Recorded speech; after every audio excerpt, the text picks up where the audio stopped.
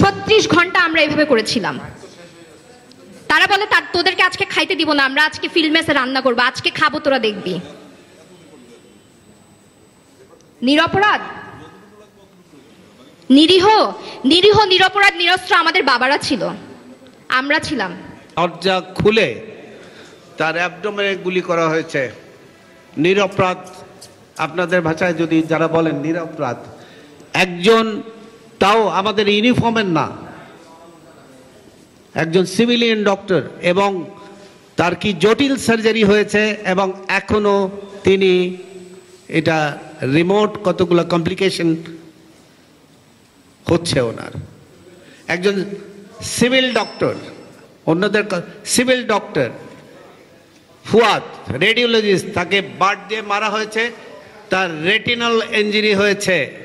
এই নিরপরাধ বিডিআর সোলজাররা এটা করেছে এবং এখনো তার আইসাইট ফিরে আসেনি ঠিক মতো। এইটা গেল আমার নিজের বাসায়।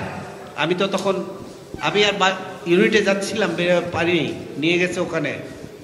যখন নক করলো দরজা, তখন আমার স্ত্রী দরজাটা খুলে দিল, কারণ দরজা না খুললে ভেঙে ফেলতো।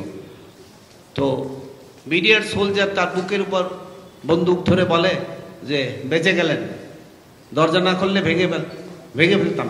এখানে আরেকটি কথা, আমার 2 মেয়ে, ওই সময় বড় মেয়ে বুয়েটে অধ্যয়নরত, ও বাসায় ছিল। তো আমাদের যে মাস্টার বেডের যে ইয়েটা থাকে, ওয়াশরুমের পাশে ছোট একটা জায়গা, ওইখানে ছোট একটা আলনা বানানো হয়েছে। ওই একটা গ্রোন আপ মেয়েকে ভাঁজ করে, কেমনে ভাঁজ করছে আমি জানি না, ওর মধ্যে ঢুকে তার মা দরজা খুলেছে, যা বলেছে, মা আমাকে মেরে ফেললেও তুই বেরোবি না। 250-টিরও বেশি ডিজাইন অপশন নিয়ে ওয়ালটন স্মার্ট ফ্রিজ, বোঝে আপনার প্রয়োজন। এরকম অসংখ্য ব্যাপার আছে। শেখ হাসিনা যখন যায়, ভিতরে যাওয়ার পর আমার পা তখন ফুলা, মানে সোয়েলিং আছে, বালিশ দেওয়া হয়েছে পায়ের নিচে। আমি পা নামাতে চাইলাম, তো উনি বললেন যে না ঠিক আছে। তার সাথে ছিলেন সাহারা খাতুন, সাথে ছিল রেহানা তার বোন।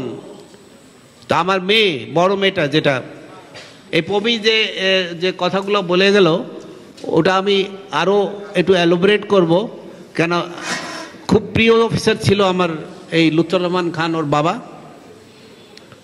তো ওখানে তার রেহানা বলছে যে বুবু তুমি এগিয়ে যাও, ওই মেয়েটাকে জড়িয়ে ধরো। যে ব্যবসাটা উনি করতেন, যে ওই কি জানি স্বজন হারানো ব্যথা, আমি বুঝি। এনিওয়ে সেখানে অনেক কিছু হয়। তারপর এই পমি যখন ওদের বাসায় গেলাম আমি, ও কিন্তু